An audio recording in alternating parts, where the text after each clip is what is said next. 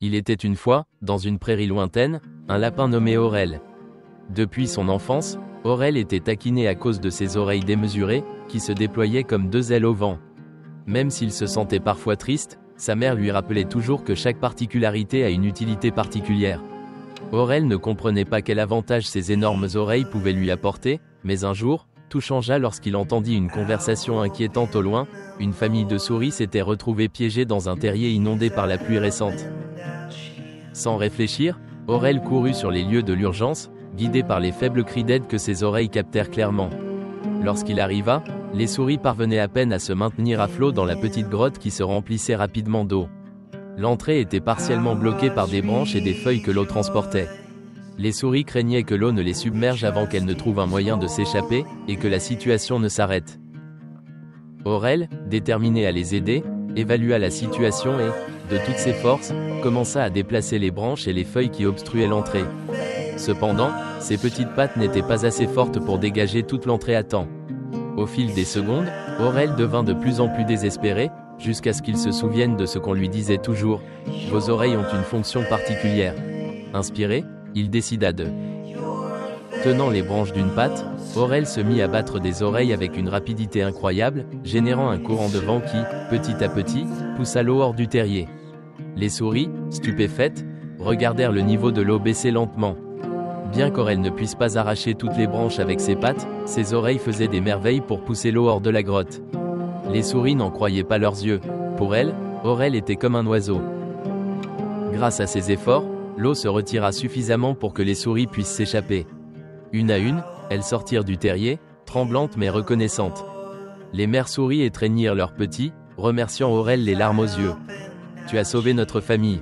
Nous n'oublierons jamais ce que tu as fait », dirent-elles, tandis qu'Aurel tentait de les rassurer, même si au fond il se sentait fier. La nouvelle de l'exploit d'Aurel se répandit rapidement dans toute la prairie. Les animaux, qu'il avait autrefois critiqués pour ses oreilles, le regardèrent maintenant avec admiration. Pour tout le monde, Aurel n'était plus seulement le lapin aux grandes oreilles, mais le sauveur de la famille des souris. Certains, comme la vieille taupe de la prairie, commencèrent même à dire que ses oreilles étaient les ailes d'un lapin. Par une nuit de pleine lune, Aurel se tenait près de la rivière, profitant du calme et des reflets argentés dans l'eau. Soudain, il entendit un faible bruit. Un renard traquait un petit groupe de canetons qui s'étaient éloignés de leur mère. Sans perdre de temps, Aurel utilisa ses oreilles pour repérer l'emplacement exact du renard, qui se faufilait à travers les buissons.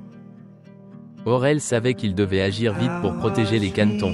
Utilisant à nouveau la puissance de ses oreilles, il commença à agiter l'air, créant un bruit qui déconcerta le renard et le fit s'arrêter. Les canetons, alertés par le bruit, se dirigèrent vers l'eau et nagèrent rapidement vers leur mère, qui se trouvait de l'autre côté de la rivière. Le son généré par Aurel déconcertait le renard à chaque fois qu'il essayait d'avancer, contrariait ses tentatives de traquer les canetons. Le renard, déconcerté et ne sachant pas d'où venait le bruit, regarda autour de lui et, ne voyant pas les canetons, abandonna et s'éloigna, convaincu qu'il n'y avait pas de proie facile dans la région. Aurel, de loin, observa avec satisfaction la famille de canards réunis à nouveau, saine et sauve. Ce fut un soulagement pour tout le monde, en particulier pour les canetons, qui voyaient désormais en Aurel un. Dès lors, les animaux de la prairie commencèrent à faire confiance à Aurel non seulement pour son courage, mais aussi pour son ingéniosité. Ils savaient tous qu'en cas de problème, il écouterait et serait là pour les aider. Ses oreilles étaient devenues un symbole de protection et d'amitié pour tous les habitants de la prairie, quelle que soit leur taille ou leur espèce. Petit à petit, Aurel gagna l'affection de tous et devint un ami. Aurel, bien qu'accablé par l'attention, continuait humblement sa vie, se rappelant qu'il avait en réalité fait ce que n'importe quel ami aurait fait.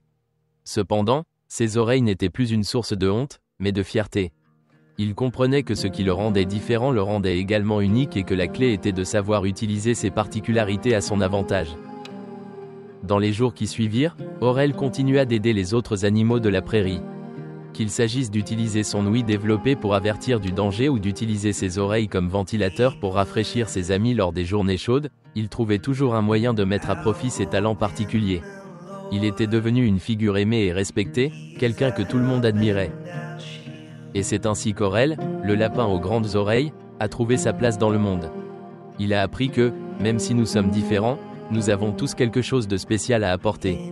À partir de ce moment-là, Il n'a plus jamais douté de ses capacités, car il savait que même les traits les plus inhabituels peuvent faire la différence.